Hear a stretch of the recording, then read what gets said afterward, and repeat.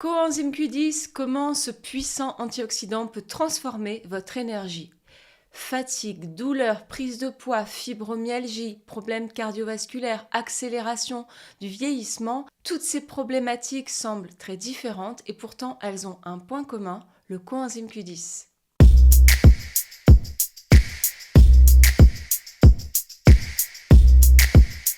Bienvenue à vous si vous me rejoignez. Cette chaîne est dédiée à l'alimentation, à la prévention, santé, bien-être, vitalité. Je suis Florence Pignero-Ortolan. N'oubliez pas de vous abonner si vous rejoignez cette chaîne et également de vous inscrire à ma lettre d'information. Vous avez le lien sous la vidéo qui me permet de vous envoyer les liens vers les nouvelles vidéos, également des informations, des recettes, des articles.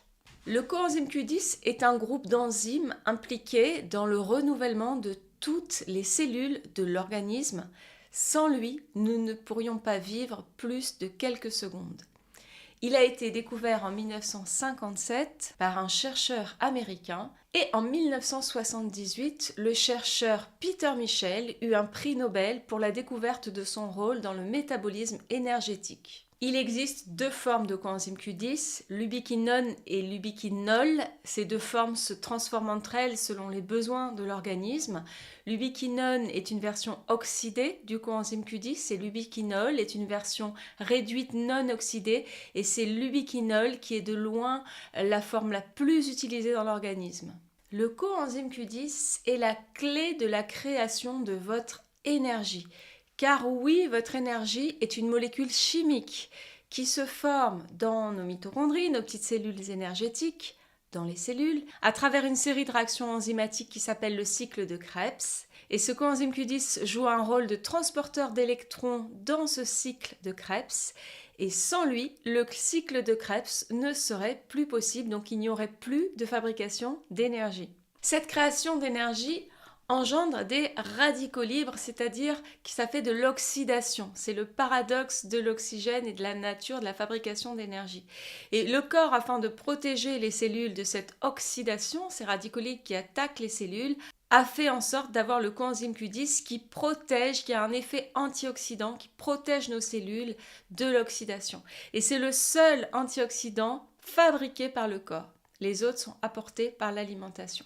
Alors on va voir dans cette vidéo qu'il va y avoir plein de champs d'action du coenzyme Q10, la fatigue, le moral, la concentration, la perte de poids, les maladies, l'immunité, l'inflammation, donc les douleurs, mais aussi tout ce qui est cardiovasculaire. Pourquoi? Parce que le cœur est l'organe où la présence de coenzyme Q10 est la plus importante. Le coenzyme Q10 permet de ralentir le rythme cardiaque et de renforcer tout le système cardiovasculaire. C'est pourquoi il est souvent utilisé en cas d'hypertension, en cas d'antécédent de maladies coronariennes, en cas d'antécédent de crise cardiaque, mais aussi en cas d'excès de cholestérol et particulièrement quand on a un traitement, on va y venir après, et aussi en cas d'athérosclérose.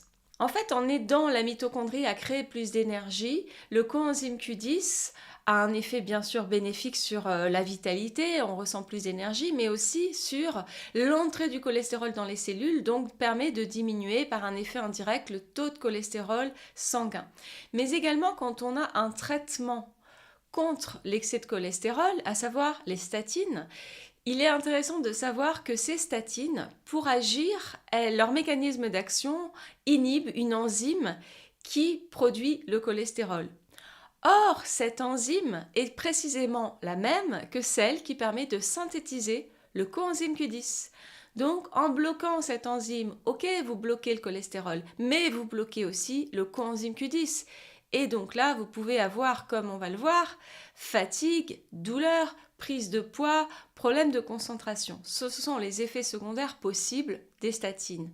C'est pourquoi, si vous avez un traitement de statine, je vous conseille vivement de prendre du coenzyme Q10 toute l'année, tout le temps que durera votre traitement contre le cholestérol. Cela vous permettra de corriger cet effet secondaire néfaste et de retrouver votre énergie et de mieux vivre. Car un manque de coenzyme Q10 engendre fatigue, mais aussi douleur par un effet d'oxydation, puisque les mitochondries vont être attaquées par les radicaux libres et vont moins bien fonctionner. Donc on aura plus d'oxydation, plus d'inflammation et donc plus de douleur.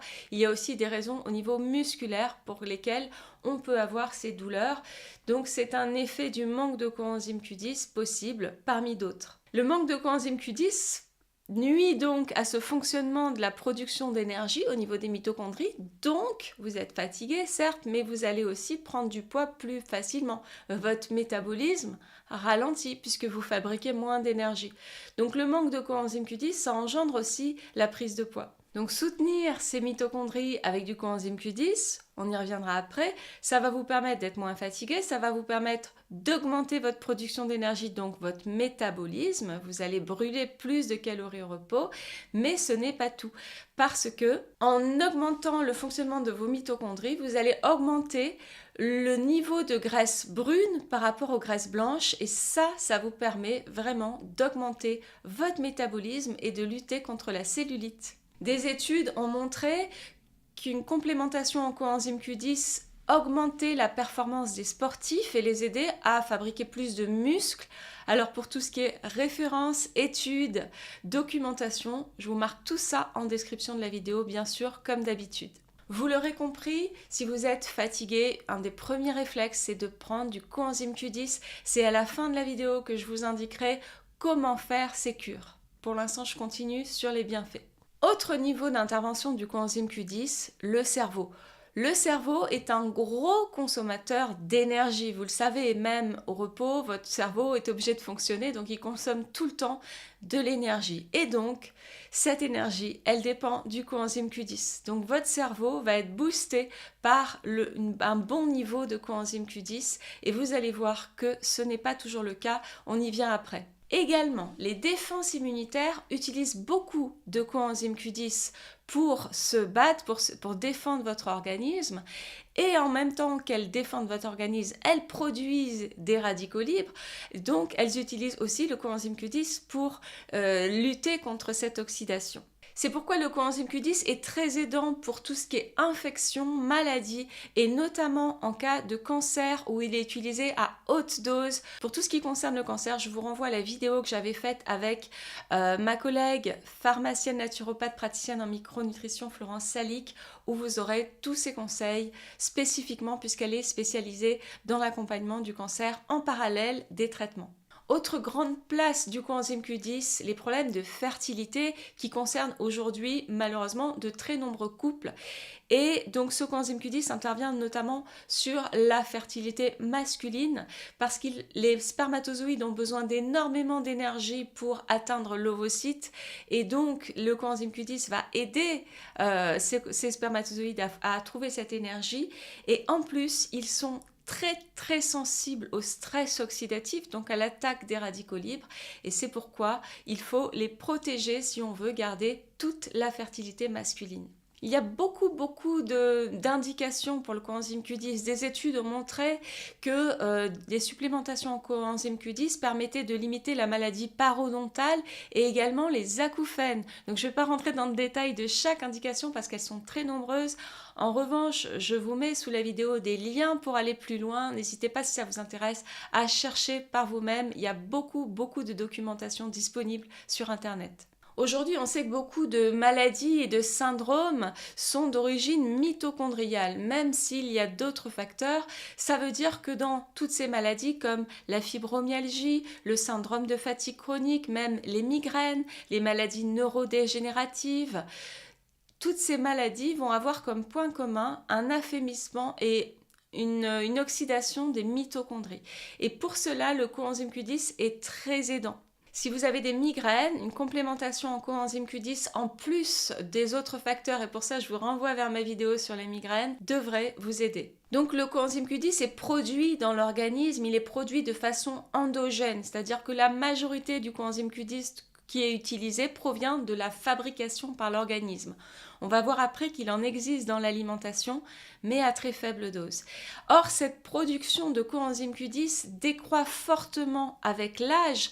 On dit qu'après 30 ou 40 ans, selon les sources, on a une chute déjà progressive, bien sûr, de la production de coenzyme Q10. Et il y a des facteurs qui nuisent à cette production. Donc, on l'a vu, la prise de statine pour lutter contre le cholestérol, ça c'est clair que ça enlève la production de coenzyme Q10, mais aussi tout ce qui est lié au stress oxydatif. Alors déjà, le stress que vous pouvez avoir, puisque ça produit du stress oxydatif, et puis le tabagisme, le sport extrêmement intensif, l'exposition exagérée aux UV, et les maladies, beaucoup de maladies comme le diabète de type 2, le cancer, toutes sortes de maladies qui va donc produire aussi du stress oxydatif dès lors que l'immunité se défend et qui donc nuit au bon taux de coenzyme Q10. L'idéal, bien sûr, est de travailler, comme je le propose à travers toutes mes vidéos, sur son hygiène de vie, son alimentation, sur son terrain aussi, pour aider son corps à mieux fonctionner. Mais souvent, après 40 ans, si vous êtes fatigué, stressé, si vous avez une maladie auto-immune, si vous avez des douleurs, si vous avez une prise de poids ou si vous faites beaucoup de sport, eh bien, je conseille une cure de coenzyme Q10. Alors, une cure, pourquoi ? Parce que le corps va stocker le coenzyme Q10. Il pourra le mettre en réserve. Donc, on peut faire des cures régulièrement pour renouveler son stock de coenzyme Q10. Avant de vous parler de quel coenzyme Q10 prendre si vous voulez faire des cures, parlons de l'alimentation. En effet, certains aliments contiennent naturellement du coenzyme Q10.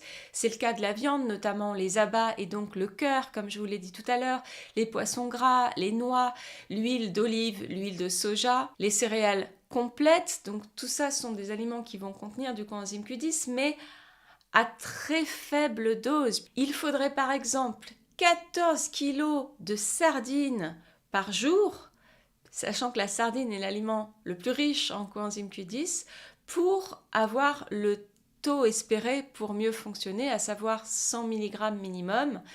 Et dans une alimentation saine, équilibrée, on va estimer que l'apport de coenzyme Q10 doit représenter 2 à 3 mg. Donc on voit que ce n'est pas un moyen sûr d'augmenter sensiblement son coenzyme Q10, mais bien sûr cela n'empêche pas, et je vous le conseille, de manger sainement. C'est un prérequis pour bien des choses au niveau de la santé et du bien-être. Donc, quel coenzyme Q10 prendre, comment faire les cures? Alors, je vous ai dit tout à l'heure que l'ubiquinol est la version du coenzyme Q10 la plus utilisée par l'organisme. Elle est 8 fois plus assimilable que l'ubiquinone et donc le conseil est de partir sur de l'ubiquinol. Mais attention, le coenzyme Q10 est très instable et en plus, il est difficilement assimilé par l'organisme. Alors, vous lirez souvent sur Internet, par exemple, ou dans des magasins, ubiquinol Kaneka. Qu'est-ce que c'est? Ce n'est pas une marque, c'est un procédé de fabrication japonais qui a été déposé et qui consiste à avoir une forme de coenzyme Q10 biodisponible, naturelle, végétale et extrêmement assimilable. Et c'est celle-là que je conseille. Et aussi, comme le coenzyme Q10 est agressé par l'acide gastrique et les sels biliaires, il est bon d'avoir une forme sublinguale, donc qui ne va pas passer par l'estomac, afin que vous assimiliez ce coenzyme Q10. Donc je vous laisse chercher à partir de ces indications. Comme souvent, je vous marque le produit que je conseille dans mes accompagnements, un produit donc sublingual, Kaneka, ubiquinol et donc qui va avoir une bonne biodisponibilité. Et maintenant, quant à savoir quels sont les besoins, je vous ai dit le grand minimum c'est 100 mg par jour en cure de 2-3 mois. Souvent, on augmente à 200 mg. Dans les cas de cancer, moi ça, je préfère vous renvoyer vers donc, la personne dont je vous parlais tout à l'heure, Florence Salic, mais les niveaux sont plus élevés. C'est souvent 300 mg, 400 mg. Et pour toutes les autres indications que je vous ai citées dans cette vidéo, on est entre 100 et 200 mg par jour. Le matin, c'est parfait. Avant les repas ou voilà, avant les repas, c'est bien. Quelles sont les précautions à prendre pour le coenzyme Q10? C'est déconseillé par précaution aux femmes enceintes, allaitantes, aux personnes sous anticoagulants, parce que le coenzyme Q10 pourrait diminuer l'efficacité de leur traitement. Attention aux personnes qui ont un diabète de type 2 parce que la prise de coenzyme Q10 va pouvoir faire chuter la glycémie. Donc si ces personnes-là veulent en prendre, il faut surveiller régulièrement sa glycémie. Et quels sont les effets secondaires possibles déjà observés? On peut avoir parfois, c'est assez rare, des nausées ou des diarrhées, mais je les peux constater dans mon expérience. Et vous, connaissiez-vous le coenzyme Q10? Aviez-vous entendu parler de cette molécule et de ses effets? Avez-vous déjà fait des cures et en avez-vous ressenti les bienfaits? J'attends vos retours, vos commentaires et vous avez tout plein d'informations sous la vidéo. On se retrouve très vite. Prenez soin de vous.